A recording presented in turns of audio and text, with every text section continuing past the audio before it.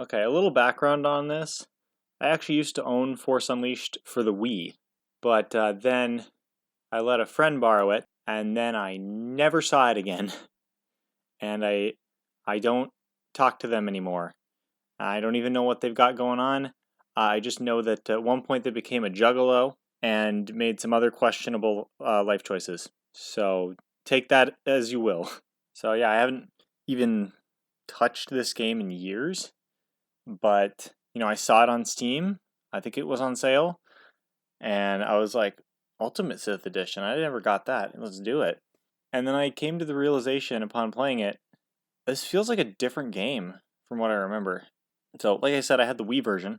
I get the feeling that between whatever version I just played and whatever I played as a child, they're not the same game. I mean, there's probably a lot of similarities, but there are entire segments of the game that I remember there being, and then they're just gone. And there's force powers that I remember being there, and those don't exist anymore. So I don't know what's up with that.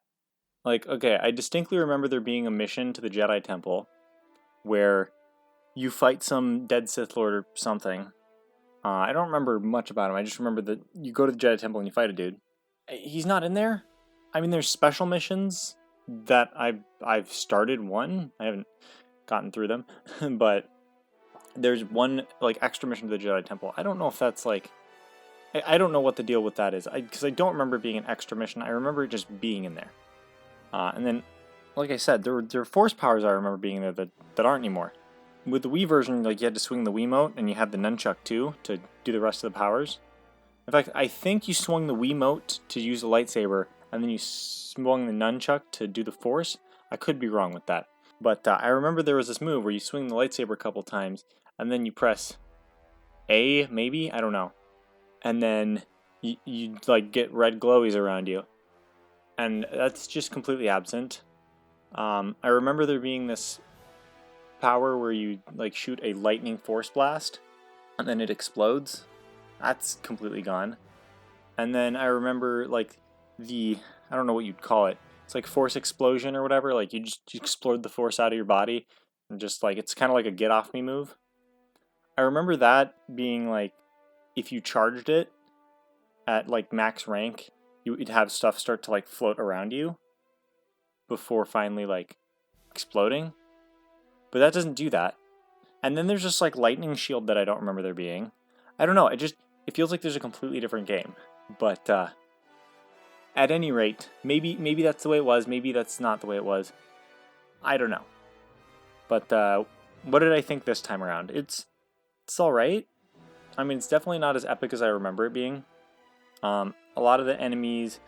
It's one of those video games where I have a problem with the fact that a lot of enemies are very like, oh, you're getting too used to, having an easy time with this, so let's specifically impede this one part.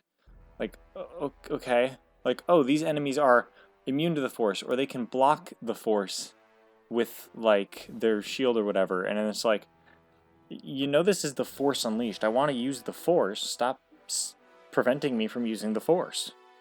Like, I mean, I get not wanting players to rely on it too much, but, like, what the heck? And not to mention that a lot of enemies are just big damage sponges. So it's like, I mean, some enemies are like too easy. You just like throw them around. It's like whatever. But then there's some. It's just like, okay, I fought this enemy for like 10 minutes, and I just want it to stop, please. So on a gameplay front, I'd say it's kind of, like it's okay.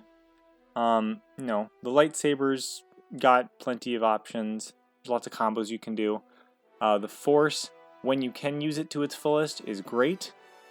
Though that's kind of difficult when you A, run out of force really quickly, and B, constantly have enemies shooting at you. And I don't mean like, oh, there's a lot of enemies shooting at me all at once and it makes it difficult. Like, no.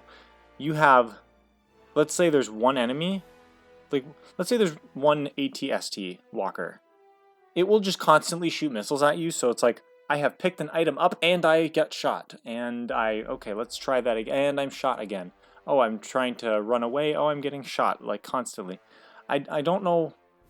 I feel like the AI needs a little work, because they're just constantly going. Which, I mean, realistically would be the best way to kill someone, but from a gameplay perspective, it's just not really fun to constantly be getting shot at.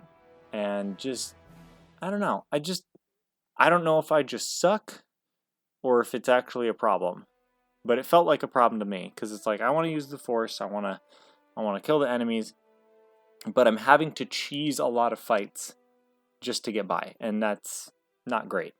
And then, like, bosses too were just, like, you'd be fighting the boss, it's having a good time, and, moderately challenging, and then they're like, okay, I'm invincible now while I do this move at you. Like, why? And it's not like something where it's like, oh, you have to, do careful dodging, and it's just like, nah, like, a lot of these moves track really bad, and then there's no way to, like, stop the move. I don't know. Again, maybe I just suck. I have no idea. But it didn't feel great. And then there was this other part. There's just one part in particular that just infuriates me, because it has you do, like, these stick movements on your controller, and the stick movements don't work. You have to do it like 3 times, and the first 2 times it's fine, and meanwhile you got a bunch of TIE fighters coming in every so often to shoot at you and undo your progress, which is like, thanks, I guess. But then the third time you do this, like, stick adjustment, the prompts are wrong. Like, before it would be like, okay, push the stick this way, and when it's good, it's green. But instead, with the last prompt, it never turns... Actually, yeah, no, it never turns green. And the prompt is just wrong. And I had to look it up. And apparently it's like, oh yeah, you just have to make this thing level with the ground in order for it to work. But it's like, what is my indication that that is what I need to do, first of all? And second of all, why aren't the prompts just correct? Why are they wrong? I don't understand. And you'd think the Ultimate Sith Edition would have that fixed, but it doesn't. I don't know. Anyway, enough ranting about the gameplay that I apparently am really frustrated with. I mean, I still enjoyed it, but I did find it frustrating. But what about the story and the characters, I guess? The graphics are obviously better than I remember, because I played the Wii version, and it just looked terrible. This is better. Not great. It's okay for the time it came out. But let's see.